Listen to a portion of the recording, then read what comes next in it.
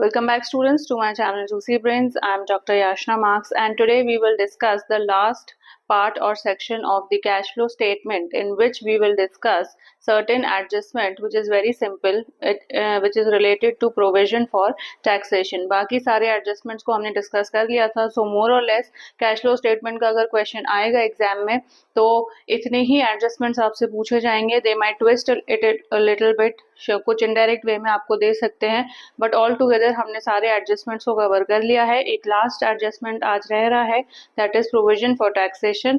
वो हम थोड़ा सा डिस्कस करेंगे क्या होता है, and based on that adjustment and including other adjustments also we will solve one full complete question on cash flow statement. Now suppose in the question provision for tax for two current years is इसमें है 30,000 और इसमें है 40,000. सो this is मानो ये 2020 है, ये 21 का फाइनेंशियल ईयर है. क्लियर? ऐसे ही क्वेश्चन में अभी तक दिए हैं, हम ऐसे ही क्वेश्चंस को सॉल्व कर रहे हैं जहाँ प्रोविजन फॉर टैक्सेशन दिया हुआ है इस तरीके से. एक एडिशनल आपको इंफॉर्मेशन दे दी कि income tax paid during the year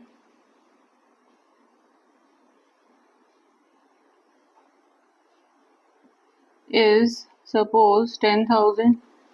तो ऐसी कोई इंफॉर्मेशन है. अगर तो income tax paid during the year दिया है 10,000, तो सबसे पहले अब हम क्या करेंगे, provision for tax account open करेंगे. क्लियर? तो यहाँ पे तो आ गया opening balance by balance brought down जितना भी क्वेश्चन में दिया है. यहाँ आ गया to balance CD closing balance. अब क्वेश्चन में अगर income tax paid during the year तो वो to bank account debit side आ गया इनकम टैक्स पेड. ठीक है, तो इनकम टैक्स जब भी पे कर रहे हो तो वो डेबिट साइड आ जाएगा, यहाँ लिख देना. तो अब जो भी बैलेंसिंग फिगर आएगा वो आपका आएगा provision of taxation made during the year. So this is by provision for tax during the year. So this is your balancing figure. Suppose मानो 5,000 आया, तो अब ये वो अमाउंट्स हैं जो कि हम कैश फ्लो स्टेटमेंट को जब सॉल्व करेंगे तब इंक्लूड करेंगे. अगर ये इन्फॉर्मेशन नहीं दी होती, सिंपली प्रोविजन फॉर टैक्सेशन दिया होता, तो हमारा ये तो हो जाता इनकम टैक्स पेड. तो इसको हम कैसे करते हैं, जब कैश जनरेटेड फ्रॉम ऑपरेशंस वाली वैल्यू आती है उसमें से हम कर देते हैं लेस इनकम टैक्स पेड, तो हमारा निकल के आता है नेट कैश फ्लोज और used in operating activities.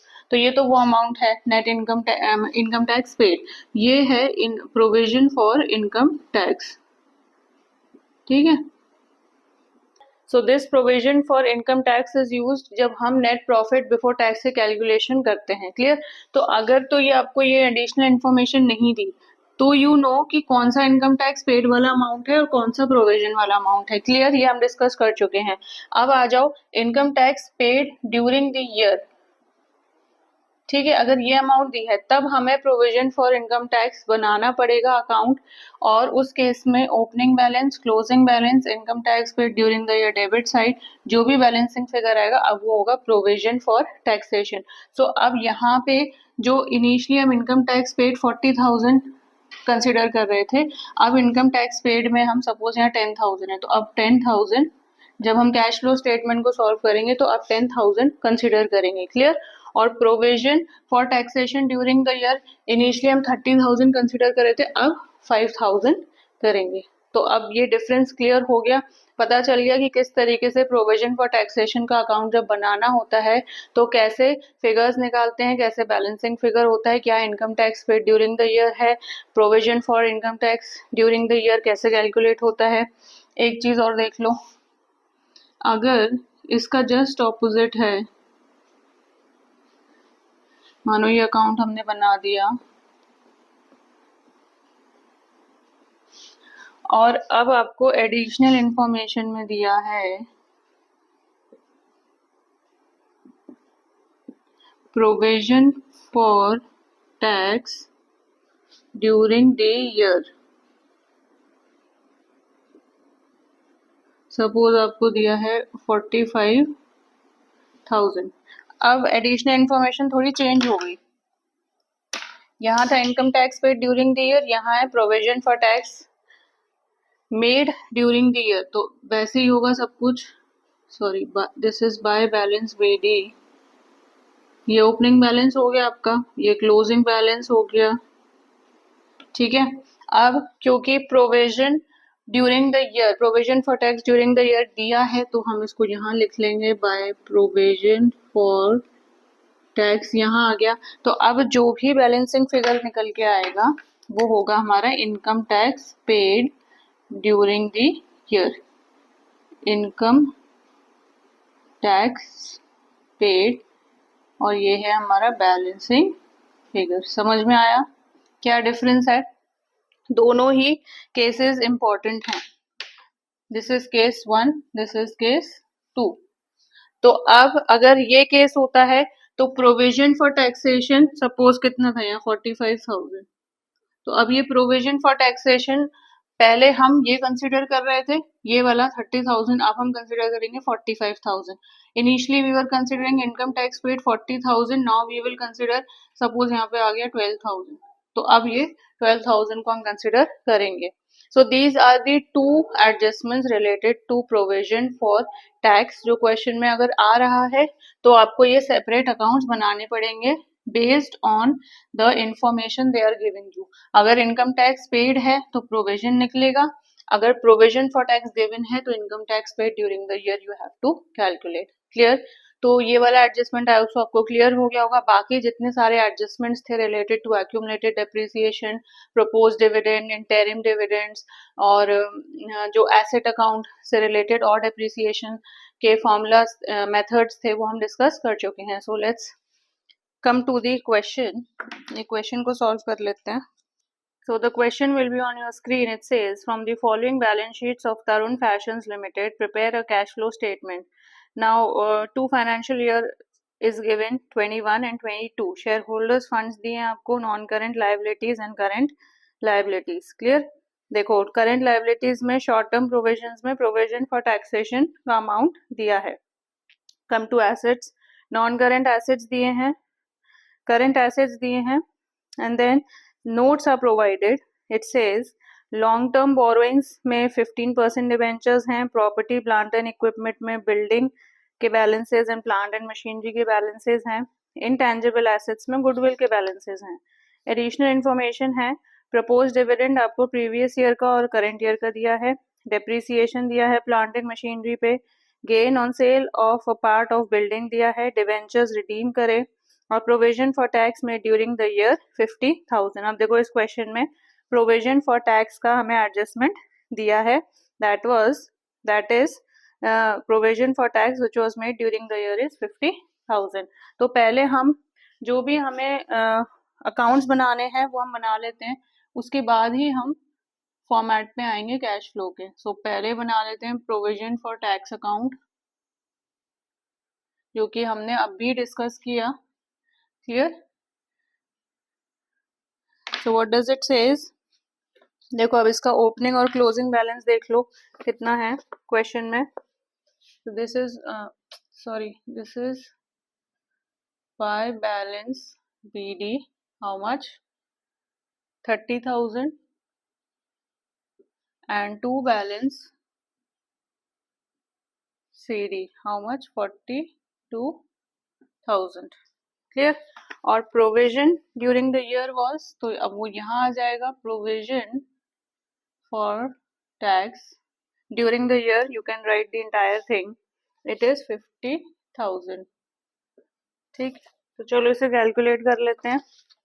So this is 50,000 plus 30,000 minus 42,000. So this is 38,000. So this is two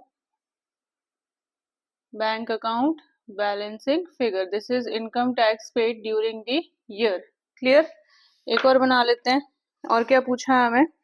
depreciation पूछा है प्लांट एंड मशीनरी पे। सो प्लांट एंड मशीनरी अकाउंट, इस पे देख लेते हैं क्या एडजस्टमेंट्स हैं। डेप्रिसिएशन दिया है to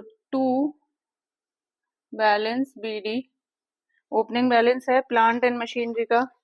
now come to plant and machinery. This is 40,000 and this is by balance CD. How much? 1,28,000. अब क्योंकि डेप्रिसिएशन ही दिया है, depreciation of 10,000 was provided on plant and machinery. अब देखो डेप्रिसिएशन ही दिया है, दैट मीन्स ये रिटन डाउन मेथड पे डेप्रिसिएशन कैलकुलेट हो रहा है. अगर एक्यूमुलेटेड डेप्रिसिएशन दिया होता प्लांट एंड मशीनरी के बाद, लिखा होता plant and machinery less accumulated depreciation, तो वो होता ओरिजिनल कॉस्ट मेथड पे. But because accumulated is not asked, तो सिंपली हम यहाँ पे बाय डेप्रिसिएशन अकाउंट शो कर देंगे. How much? 10,000.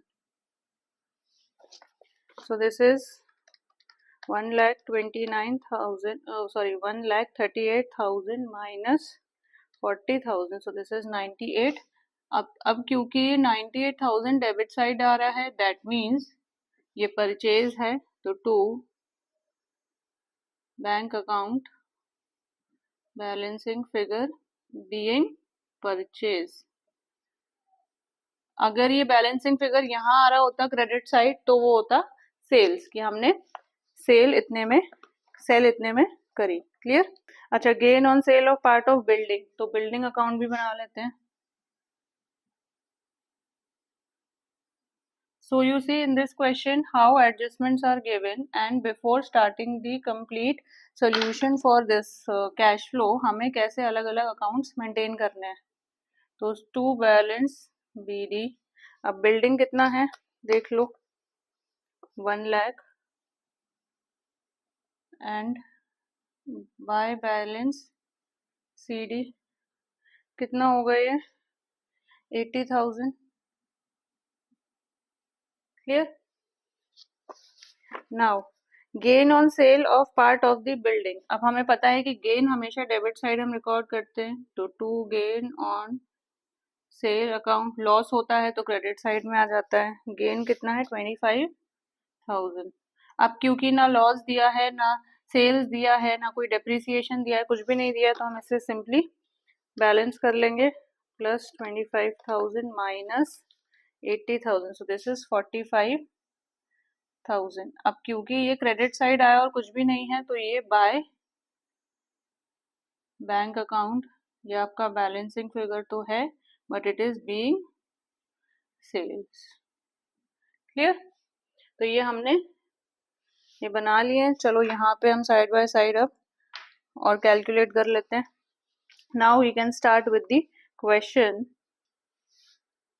Now let's start with the cash flow statement. तो सबसे पहले अब हमें प्रॉफिट का बैलेंस नहीं दिया है, इक्विटी एंड लायबिलिटीज में रिजर्व्स एंड सरप्लस दी हैं, तो यहीं से कैलकुलेट करते हैं हम. Now you know opening balance of reserves and surplus is 75,000, closing is 1,78,000. तो या तो ऐसे लिख लो कि closing balance of reserves and surplus 1,70,000 minus opening balance 75, जो अमाउंट आता है, फिर उसमें हम और एडजस्टमेंट्स करते हैं, या डायरेक्टली मैं यहाँ डायरेक्टली सॉल्व कर रही हूँ. So first is reserves and surplus, that is 1,78,000 minus 75,000. So this is 1,03,000. इसमें हम एडजस्टमेंट्स करेंगे. और क्या क्या ऐड होता है? अब हमें प्रोविजन फॉर टैक्स हमने निकाला है. For provision for tax for during the year was 50,000, तो ये ऐड होता है provision for tax during the year is 50,000. अब देखो, अगर ये इंफॉर्मेशन नहीं दी होती, तो जो प्रोविजन फॉर टैक्स हमें क्वेश्चन में दिया है, दैट इज 42,000. 22 में जो 42,000 दिया है, वो हम यहाँ पे कंसिडर करते. But because this extra information was given, adjustment किया था हमने, तो हम ये 50,000 इसमें एड बैक कर देंगे. प्लस देख लो, कोई इंटरिम डिविडेंड है, कोई प्रपोज डिविडेंड है. Propose dividend is given in the additional information, so propose dividend भी एड बैक होगा. Propose dividend for previous year होता है, ये ध्यान रखना है. Here how much? 12,000. और तो कुछ है नहीं इसमें, चलो हम ये निकाल लेते हैं. This is 1,03,000 plus 1,03,000 plus 50,000 plus 12,000. So this is 1,65,000. 1,65,000. So this is net profit before tax and extraordinary items. इस क्वेश्चन में एक्स्ट्रा ऑर्डिनरी आइटम्स नहीं दिए हैं, so I am just skipping this word. Otherwise दिया होगा तो आपको पूरा लिखना होगा. So net profit before tax हमारा निकल के आया 1,65,000. अब हम इसमें कुछ non cash non operating items को ऐड करते हैं, वो कर लेंगे. सबसे पहले क्या है, depreciation during the year. So depreciation during the year question में हमें दिया हुआ है depreciation of plant and machinery दिया है, आई थिंक सो. एडिशनल इंफॉर्मेशन में देखो depreciation on plant and machinery was 10,000, तो इसको हम ऐड कर देंगे सिंपली. और क्या क्या ऐड होते हैं, ये सारे आइटम्स आपको याद करने पड़ेंगे कि non cash non operating items में क्या क्या चीजें ऐड होती हैं. क्लियर. इसके बाद हमें दिया है, देख लो, इंटेंजिबल एसेट्स एमोटाइज तो नहीं है, या इंटेंजिबल एसेट्स रिटन ऑफ तो नहीं है. गुडविल की अमाउंट दी है नोट्स में हमें अंडर इंटेंजिबल एसेट्स 20,000 एंड 35,000. अब देखो गुडविल की वैल्यू इंक्रीज हो रही है, मींस इस करंट ईयर में इंक्रीज हुई है, तो ये चला जाएगा इन्वेस्टिंग एक्टिविटीज में. मतलब कि हमने इंटेंजिबल एसेट जो गुडविल था उसे परचेज किया है. अगर ये 20,000 से 10,000 हो जाता, दैट मीन्स इसकी वैल्यू लेस हो रही है, तो ये फिर रिटर्न ऑफ वैल्यू में आ जाता, या गुडविल एमोटाइज में आता. तो गुडविल एमोटाइज होता, वैल्यू लेस होती, तो वो यहाँ आ जाता. So all these are very small small things which you have to keep in mind. Clear. अच्छा, और इसके अलावा और क्या होगा, देखो interest on long term borrowings होता है, या डिबेंचर्स होता है. डिबेंचर्स क्वेश्चन में आपको दिए हैं. क्लियर. अब डिबेंचर्स दिए हैं तो 15% debentures means debentures are carrying a rate of interest 15%. और 50,000 थे, फिर ये जीरो हो गए, दैट मीन्स कि हमने रिडीम करे. अब डिबेंचर्स रिडीम कब हुए ये और देखते हैं हम. एडिशनल इंफॉर्मेशन में आपको दिया डिबेंचर्स वर रिडीम्ड ऑन 1 अप्रैल 2021, यानी कि 1 अप्रैल 31 मार्च को डिबेंचर्स का बैलेंस था 50,000. उसी साल में 1 अप्रैल में ही रिडीम कर लिए. तो जब रिडीम ही कर लिए, मतलब कि उन्हें वापस डिबेंचर्स ले लिए, तो अब जब रिडीम कर लिए तो इंटरेस्ट का पेमेंट तो बनता नहीं यहाँ पे. सो payment of interest will be zero in this case. अगर ये डिबेंचर्स रिडीम करते नेक्स्ट ईयर में, या मानो रिडीम करते after 4 months, after 10 months, after 9 months, तो उतने महीने का इंटरेस्ट हम कैलकुलेट करके यहाँ पे शो करते. बट क्योंकि ऐसा कुछ नहीं है, वो कह रहे हैं कि 1 अप्रैल 21 में ही रिडीम कर लिए, so you don't have to pay any interest on debentures. Clear. Apart from this nothing is mentioned, तो ये तो ऐड कर लो. so this is 1,75,000. ठीक है. और अब हमें लेस करना है, क्योंकि हमें एक एडजस्टमेंट दी है. अगर यहाँ पे किसी एसेट की परचेज सेल पे लॉस होता तो लॉस एड बैक हो जाता है, बट लॉस नहीं दिया, हमें गेन दिया है, that is gain on cell of part of building. So gain less हो जाएगा, gain on cell of building how much, 25,000. अब 25,000 आपको यहाँ से लेस करना है. So this will B 1,50,000. ठीक है, ये आ गया हमारा 1,50,000, और ये आ गया हमारा operating profit before working capital changes. अब वर्किंग कैपिटल की एडजस्टमेंट करते हैं.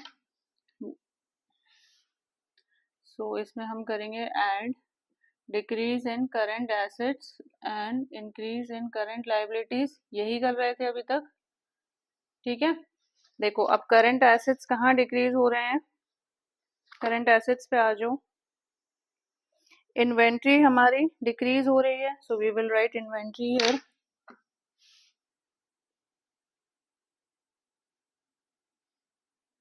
How much 1,20,000 minus 1,05,000 is 15,000। क्योंकि ये ऐड करना है तो डायरेक्टली हम फाइनल कॉलम में लिख सकते हैं ऐसे। And then trade receivables are also decreasing. ठीक है, trade receivables are also decreasing. कितना हो गया 37,000 माइनस 33,500, सो दिस इज 3,500। और तो कुछ है नहीं। क्लियर। अब increase in current liabilities, current liabilities पे आ जाते हैं हम। Trade payables, trade payables increase नहीं हो रहे हैं, डिक्रीज हो रहे हैं, तो इसको कैलकुलेट कर लो। So this is 1,50,000 plus 15,000 plus 3,500. So this is 1,68,500। ठीक है, अब इसमें से हमें लेस करना है। अभी हमारी वर्किंग कैपिटल की एडजस्टमेंट कंप्लीट नहीं हुई है। Less increase in current assets, क्योंकि यहाँ डिक्रीज था, and decrease in current liabilities. Clear. देखो अब क्या है, करंट एसेट्स, ट्रेड इन्वेंट्री और ट्रेड रिसीवेबल्स तो हमारे हो गए, इंक्रीज नहीं हो रहे हैं, डिक्रीज हो रहे हैं, leave it. Then trade payables हमारे डिक्रीज हो रही है, so this is trade payables. I think so और तो कोई इंफॉर्मेशन हमें नहीं दी regarding current assets and current liabilities. ठीक है, how much from 67,000 it is decreasing to 31,500, so this is 35,500। Clear. Less को कर दो इसे, तो 1,68,500, दिस इज कमिंग टू 1,33,000। अब ये है cash generated from operations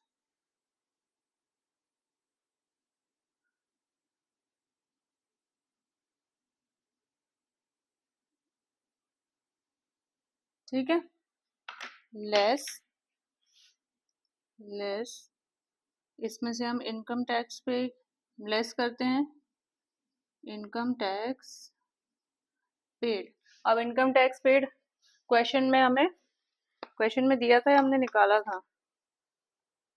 yes, we found out income tax paid, this is 38,000। तो अब 38,000 यहाँ से डिक्रीज कर सकते हैं हम। So this is 1,33,000 minus 38,000. So this is 95,000. Clear? So this is cash. Because ये positive है तो cash flow from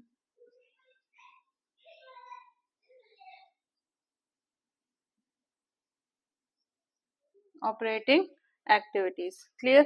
तो ये हमारा यहाँ से निकल के आ गया, यहाँ लिख लेते हैं हम 95,000 ए वाली फिगर है।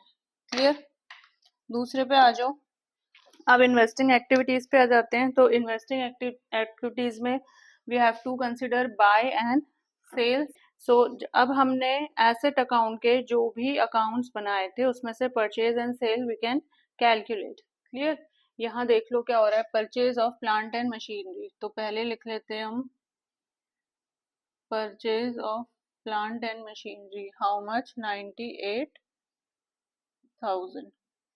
परचेज है इसलिए नेगेटिव हो जाएगा। देन सेल ऑफ बिल्डिंग था, यही कैलकुलेट किया था हमने। Sale of building is 45, cash is coming in, so it is not a negative figure. और एक और हमें गुडविल दिया हुआ है, गुडविल भी हम परचेज कर रहे हैं, सो purchase of goodwill,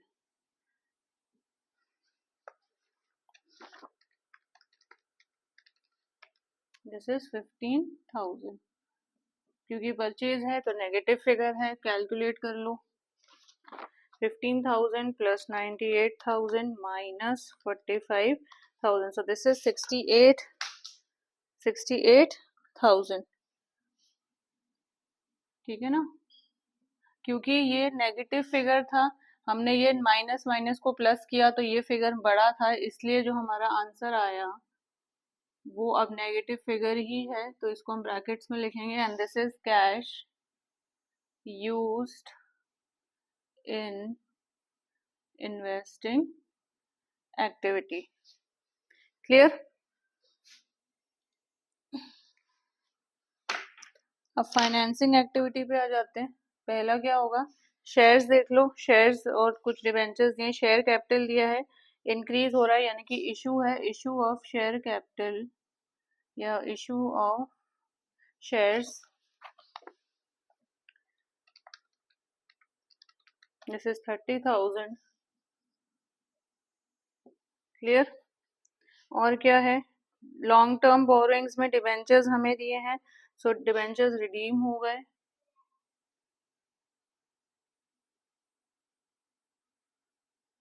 redemption of debentures. अब देखो शेयर्स इशू हुए लेकिन डिविडेंड्स की पेमेंट की कहीं बात नहीं आ रही, प्रपोज डिविडेंड है, तो प्रपोज डिविडेंड हम कंसीडर करेंगे, इंटरिम डिविडेंड्स नहीं है. ठीक है, उसकी भी entry we will make. Redemption of debentures is 50,000 क्योंकि पूरे पूरे रिडीम हो गए. क्लियर. ठीक है, अब प्रपोज डिविडेंड की बात करते हैं. डिविडेंड फॉर प्रीवियस ईयर ही जाएगा, ये वही कैश फ्लो में आता है. So propose dividend for previous year is 12,000. Again you are paying the dividends. अब जो डिवेंचर्स रिडीम हुए उस पे इंटरेस्ट का कोई पेमेंट तो हुआ नहीं, क्योंकि मैंने आपको बता दिया 1 अप्रैल 21 को ही रिडीम हो गए, तो इंटरेस्ट कोई इंटरेस्ट बनता नहीं, तो पेमेंट भी नहीं हुआ. Otherwise payment on redemption of interest on redemption of debentures हमें यहाँ शो करना होता. क्लियर. अपार्ट फ्रॉम दिस और कोई इंफॉर्मेशन है? So this is 50,000 plus 12,000 minus 30,000. So this is 32,000. Again ये नेगेटिव फिगर है क्योंकि नेगेटिव साइन की वैल्यू बड़ी है. So this is C and this is cash used in financing activity. Clear.